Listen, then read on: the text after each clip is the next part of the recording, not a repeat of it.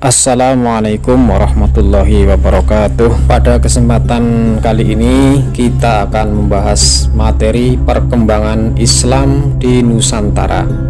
Ini pertemuan yang kedua, membahas materi kerajaan-kerajaan Islam di Nusantara. Kerajaan-kerajaan Islam di Nusantara. Yang pertama, Kerajaan Samudra Pasai. Kerajaan Islam pertama di Indonesia adalah Kerajaan Samudra Pasai yang terletak di pesisir timur Laut Aceh, Kabupaten Loh Sumawe atau Aceh Utara sekarang. Lahirnya kerajaan Islam yang pertama di Indonesia itu diperkirakan mulai awal atau pertengahan abad ke-13 Masehi. Sebagaimana diketahui, proses dakwah Islam di daerah-daerah pantai terjadi sejak abad 7 Masehi. Kawasan Aceh yang strategis dan berada di pintu masuk Selat Malaka menjadikan Aceh sebagai tempat pertemuan para pedagang dari berbagai daerah di Nusantara dan para pedagang dari luar negeri, khususnya para pedagang Islam.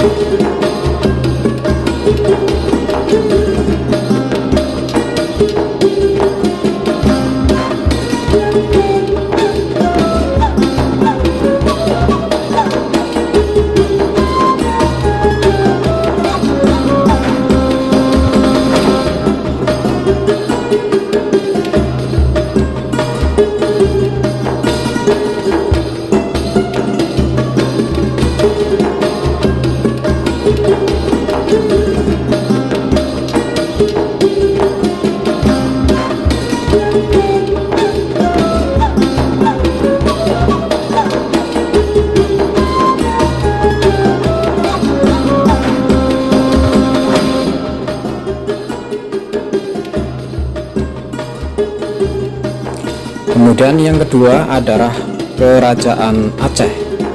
Kerajaan Aceh terletak di daerah yang sekarang dikenal dengan nama Kabupaten Aceh Besar.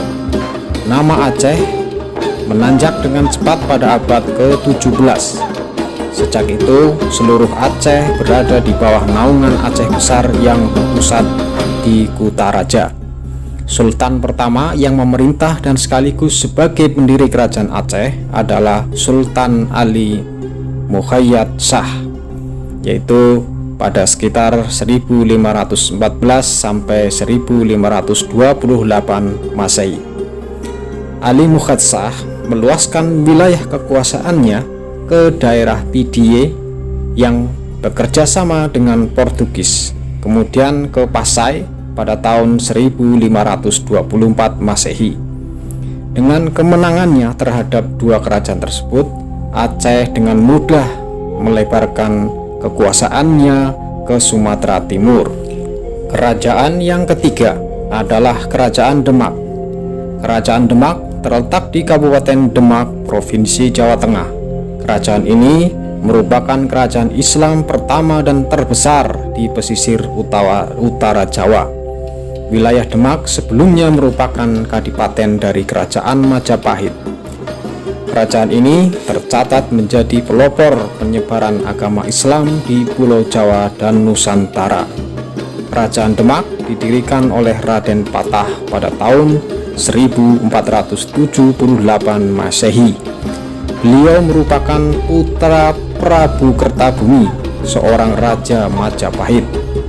Setelah tahta ayahnya jatuh ke tangan Girindra Wardana dari Keling atau Daha, dan Demak menjadi terancam, terjadilah peperangan antara Demak dan Majapahit yang dipimpin oleh Girindra Wardana dan keturunannya, Prabu Udara, hingga tahun 1518 Masehi. Yang keempat adalah Kerajaan Pajang. Kerajaan Pajang adalah penerus dari Kerajaan Demak.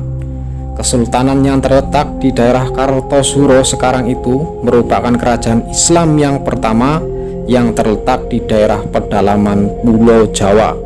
Sultan atau raja pertama kesultanan ini adalah Joko Tingkir yang berasal dari Pengging di lereng Gunung Merapi.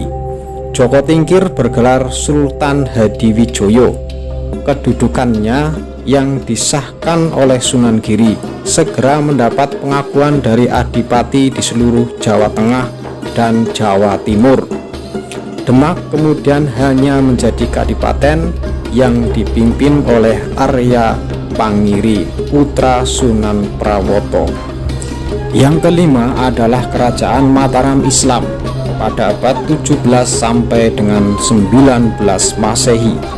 Kerajaan Mataram Islam berdiri pada tahun 1586 dan raja pertamanya adalah Sutowijoyo yang bergelar Senopati Ingalaga Sayyidin Panotogomo, yang artinya panglima perang dan ulama pengatur kehidupan beragama.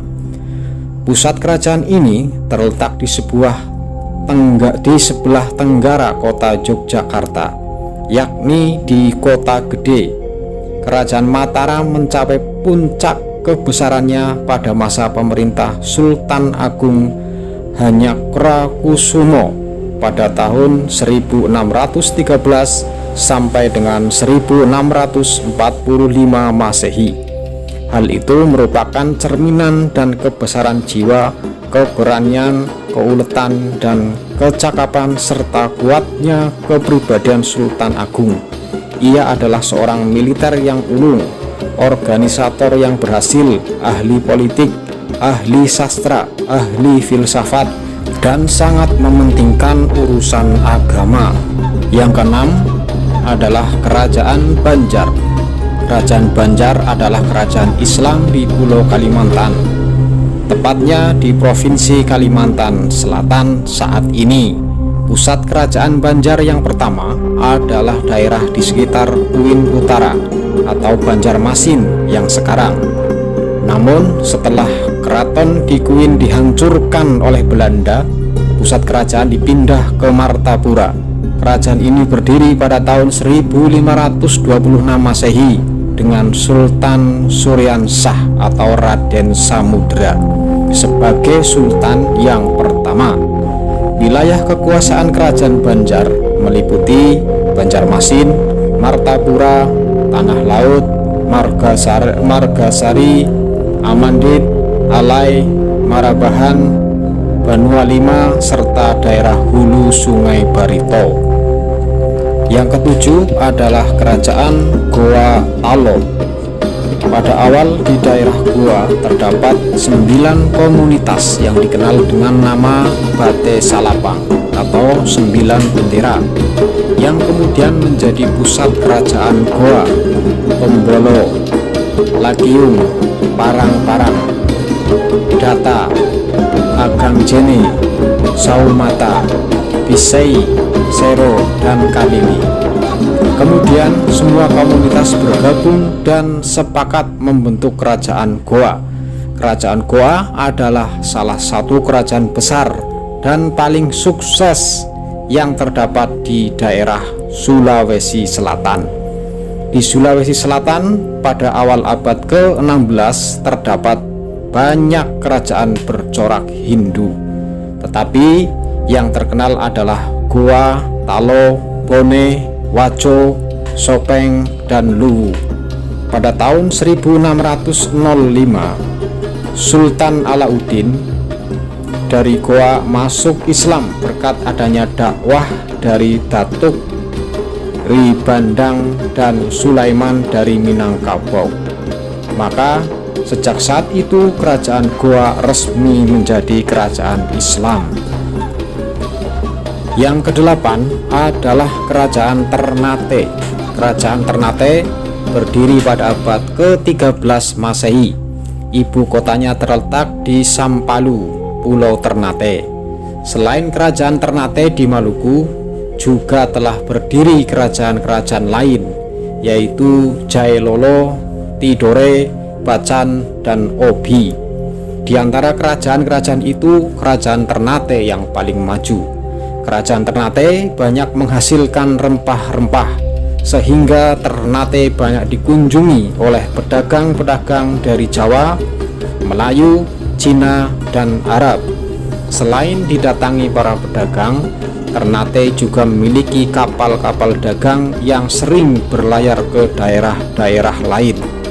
Menurut catatan orang Portugis, raja di Maluku memeluk agama Islam adalah Raja Ternate, yaitu Gapi Baguna atau Sultan Marhum, yang masuk Islam karena menerima pengaruh dakwah dari Datuk Maulana Husin. Yang kesembilan, Kerajaan Tidore. Kerajaan Tidore adalah kerajaan Islam yang berpusat di wilayah kota Tidore, Maluku Utara. Kerajaan Tidore terletak di sebelah selatan Ternate. Menurut silsilah raja-raja Ternate dan Tidore, Raja Tidore pertama adalah Sahadati alias Muhammad Nakol, yang naik tahta sekitar tahun 1081 Masehi. Baru pada raja yang ke-9, yaitu Ciri Liliati, yang kembali ingin memeluk agama Islam berkat dakwah Syekh Mansur dari Arab. Setelah masuk Islam bersama para pembesar kerajaan lainnya, ia mendapat gelar Sultan Jamaluddin.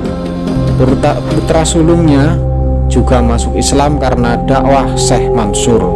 Agama Islam masuk pertama kali di Tidore sekitar tahun 1471 Masehi menurut catatan Portugis.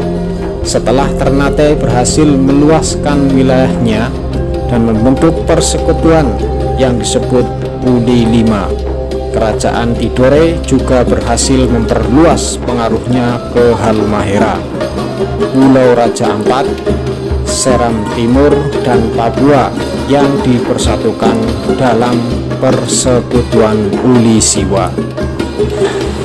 Nah, demikianlah anak-anak kerajaan-kerajaan Islam di Nusantara. Materi selesai, terima kasih, semoga bermanfaat. Billahi taufiq wal hidayah. Wassalamualaikum warahmatullahi wabarakatuh.